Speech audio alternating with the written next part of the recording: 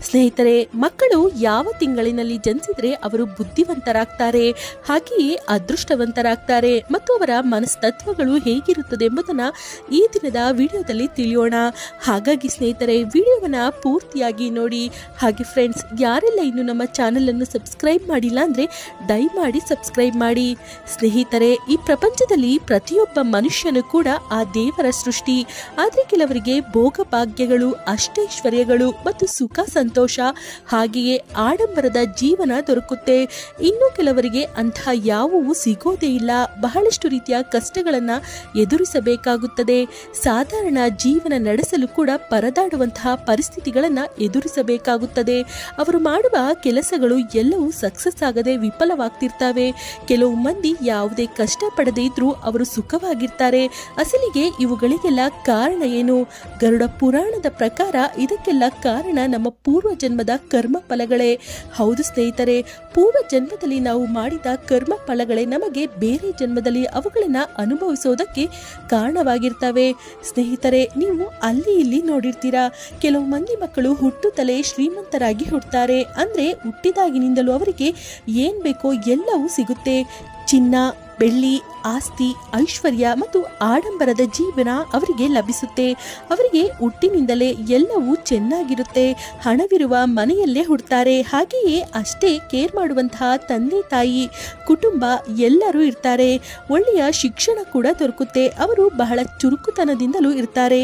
ಓದಿನಲ್ಲಿ ಕೂಡ ಮುಂದೆ ಇರ್ತಾರೆ. ಲೈಫ್ ಕೂಡ ತುಂಬಾ ಚೆನ್ನಾಗಿ ಇರುತ್ತದೆ. ಅದೇ ಇನ್ನು ಕೆಲವು ಮಕ್ಕಳು ಹುಟ್ಟುತ್ತಲೇ ಕಡು ಬಡತನದಲ್ಲೇ ಹುಡ್ತಾರೆ. ಹಾಗೆಯೇ ಹಣಕ್ಕಾಗಿ ತಿನ್ನುವ ಊಟಕ್ಕೂ ಕೂಡ ಪರದಾಡಬೇಕಾಗುತ್ತದೆ. ಹಾಗೆ ಇನ್ನು ಕೆಲವರಿಗೆ ವಿಧ ವಿಧವಾದ ಆಹಾರ ಸೇವನೆ ಮಾಡ್ತಾರೆ.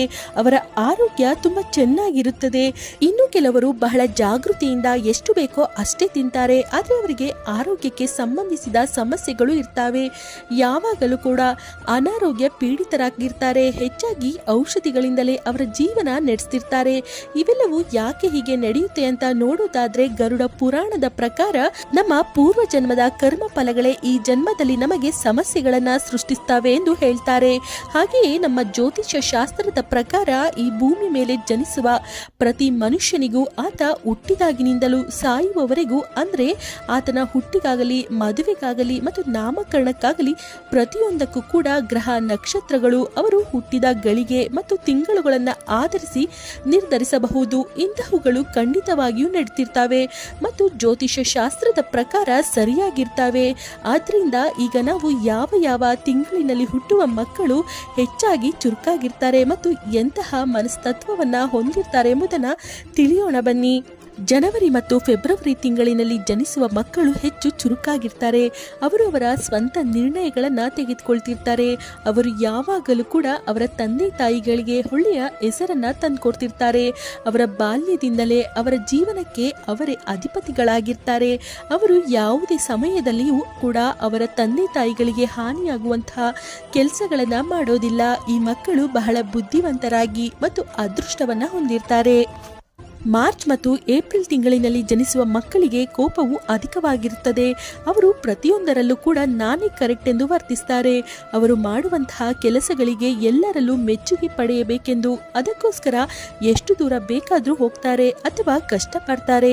ಇಂತಹವರು ಭವಿಷ್ಯವನ್ನ ಬಹಳ ಚೆನ್ನಾಗಿ ರೂಪಿಸಿಕೊಳ್ಳಲು ಶತಪ್ರಯತ್ನ ಮಾಡ್ತಿರ್ತಾರೆ. ಅವರ ಕೆಲಸ ಅವರು ನೋಡ್ಕೊಳ್ತಾ ಹೋಗ್ತಾರೆ. ಅಕ್ಕಪಕ್ಕದವರ ಬಗ್ಗೆ ಸ್ವಲ್ಪ ಕೂಡ ತಲೆ ಕೆಡಿಸ್ಕೊಳ್ಳೋದಿಲ್ಲ. ಇವರಿಗೆ ಪ್ರತಿಯೊಂದು ಕೂಡ ಕ್ರಮವಾಗಿ ಮತ್ತು ನಿಯಮಬದ್ಧವಾಗಿ ಇರಬೇಕು. ಇಲ್ಲವೆಂದ್ರೆ ಇವರು ಹೆಚ್ಚಾಗಿ ಕೋಪಿಸಿಕೊಳ್ತಿರ್ತಾರೆ. ಇನ್ನು ಮೇ ಮತ್ತು ಜೂನ್ ನಲ್ಲಿ ಹುಟ್ಟುವ ಮಕ್ಕಳು ಬಹಳ ಬುದ್ಧಿವಂತರಾಗಿರ್ತಾರೆ. ಅವರ ಮನಸ್ಸು ಬಹಳ ಸ್ವಚ್ಛವಾಗಿರುತ್ತದೆ. ಆದ್ರೆ ಇವರ ಅದೃಷ್ಟ ಇವರಿಗೆ ಸಪೋರ್ಟ್ ಮಾಡೋದಿಲ್ಲ. ಹೌದು ಸ್ನೇಹಿತರೆ, ಅದೃಷ್ಟವು ಯಾವಾಗಲೂ ಕೂಡ ಇವರಿಗೆ ಎರಡೆಜ್ಜೆ ದೂರವಾಗಿಯೇ ಇರುತ್ತೆ. ಆದ್ರೂ ಇತರರಿಗೆ ಹೆಚ್ಚಾಗಿ ಸಹಾಯ ಮಾಡುವ ಗುಣವನ್ನ ಹೊಂದಿರ್ತಾರೆ. ಆದ್ರೆ ಇವರ ಒಳ್ಳೆಯತನದಿಂದಲೇ ಇವರಿಗೆ ಕೆಲವೊಂದು ಬಾರಿ ವಿರುದ್ಧವಾಗಿ ಬಿಡ್ತವೆ. ಹೌದು, ಇವರು ಯಾವಾಗಲೂ ಕೂಡ ಅಕ್ಕಪಕ್ಕದವರಿಂದಲೇ ಮೋಸ ಹೋಗ್ತಿರ್ತಾರೆ ಮತ್ತು ಅವರಿಂದಲೇ ದುಃಖಕ್ಕೆ ಗುರಿಯಾಗ್ತಿರ್ತಾರೆ. ಇವರು ಅವರ ಸ್ವಂತ ಜೀವನದ ಬಗ್ಗೆ ಅವರೇ ನಿರ್ಧಾರ ಮಾಡುತ್ತಾ ಅವರ ಜೀವನವನ್ನ ಅವರೇ ಹ್ಯಾಂಡಲ್ ಮಾಡ್ತಿರ್ತಾರೆ. ಆದ್ರೆ ಬೇರೆಯವರು ಮಾಡಿದ ಕೆಲಸಗಳಿಗೂ ಕೂಡ ಇವರೇ ದುಃಖ ಪಡುವಂತಹ ಪರಿಸ್ಥಿತಿಗಳು ಕೂಡ ಇವರ ಜೀವನದಲ್ಲಿ ಹೆಚ್ಚಾಗಿ ಎದುರಾಗ್ತಿರ್ತವೆ. ಜುಲೈ ಮತ್ತು ಆಗಸ್ಟ್ ತಿಂಗಳಿನಲ್ಲಿ ಜನಿಸಿದ ಮಕ್ಕಳು ಬಹಳ ಅದೃಷ್ಟವಂತರು ಮತ್ತು ಅವರ ತಂದೆ ತಾಯಿಗಳು ಅದಕ್ಕಿಂತಲೂ ಅದೃಷ್ಟವಂತರೆಂದು ಹೇಳಬಹುದು. ಏಕೆಂದ್ರೆ ಇವರು ಬಹಳ ದಯೆ ಮತ್ತು ಕರುಣೆಯನ್ನ ಹೊಂದಿರ್ತಾರೆ. ಇವರು ತಂದೆ ತಾಯಿಗಳಿಗೆ ಯಾವುದೇ ರೀತಿಯ ಸೇವೆಗಳನ್ನ ಮಾಡಲು ತಯಾರಾಗಿರ್ತಾರೆ ಮತ್ತು ಹಾಗೆಯೇ ಸೇವೆ ಕೂಡ ಮಾಡ್ತಾರೆ. ತಂದೆ ತಾಯಿಯರ ವಿಷಯಗಳಲ್ಲಿ ಹಿಂದೆ ಸರಿಯುವುದು ಇವರ ಜೀವಮಾನದಲ್ಲೇ ಇರೋದಿಲ್ಲ. ಹಾಗೆ ಇವರು ಸಹ ಅವರ ಭವಿಷ್ಯವನ್ನ ಸ್ವತಃ ಅವರೇ ರೂಪಿಸಿಕೊಳ್ಳಲು ಪ್ರಯತ್ನಿಸುತ್ತಿರ್ತಾರೆ ಮತ್ತು ಹೆಚ್ಚಾಗಿ ಧರ್ಮದ ಮಾರ್ಗದಲ್ಲೇ ನಡೀತಾರೆ. ಅನ್ಯಾಯವನ್ನ ಸಹಿಸೋದಿಲ್ಲ. ಜೀವನದಲ್ಲಿ ಧೈರ್ಯವಾಗಿ ಮುನ್ನುಗ್ಗುತ್ತಾ ಅವರ ತಂದೆ ತಾಯಿಗಳ ಜೊತೆ ಜೀವನ ಕಳೆಯಲು ಆಶಿಸ್ತಾರೆ. ಸೆಪ್ಟೆಂಬರ್ ಮತ್ತು ಅಕ್ಟೋಬರ್ ತಿಂಗಳಿನಲ್ಲಿ ಜನಿಸುವ ಮಕ್ಕಳು ಜಾತಕವಂತರು. ಇವರು ಧರ್ಮ ಮಾರ್ಗವನ್ನ ಹೆಚ್ಚಾಗಿ ಆರಿಸಿಕೊಳ್ತಾರೆ. ದೈವ ಭಕ್ತಿ ಜಾಸ್ತಿ ಇರುತ್ತೆ. ಇವರಿಗೆ ದೇವರ ಮೇಲೆ ಅಪಾರವಾದ ನಂಬಿಕೆ ಇವರಿಗಿರುತ್ತೆ. ಇವರ ಜೀವನದಲ್ಲಿ ಬಹಳಷ್ಟು ಕಷ್ಟಗಳು ಎದುರಾಗ್ತವೆ. ಆದ್ರೆ ಭಗವಂತನ ಕೃಪೆ ಇವರ ಮೇಲೆ ಸದಾ ಕಾಲ ಇರುತ್ತೆ. ಆದ್ರಿಂದಲೇ ಒಳ್ಳೆಯ ಜೀವನವನ್ನ ಲೀಡ್ ಮಾಡುತ್ತಾ ಮುಂದೆ ಸಾಕ್ತಾರೆ. ಹಾಗೆ ಇವರು ಕೂಡ ಹಿರಿಯರನ್ನ ಗೌರವಿಸುತ್ತಾ ತಂದೆ ತಾಯಿಯರನ್ನ ಪ್ರೀತಿಯಿಂದ ನೋಡ್ಕೊಳ್ತಾರೆ. ತಂದೆ ತಾಯಿಯರ ಮಾತನ್ನ ಮೀರೋದಿಲ್ಲ.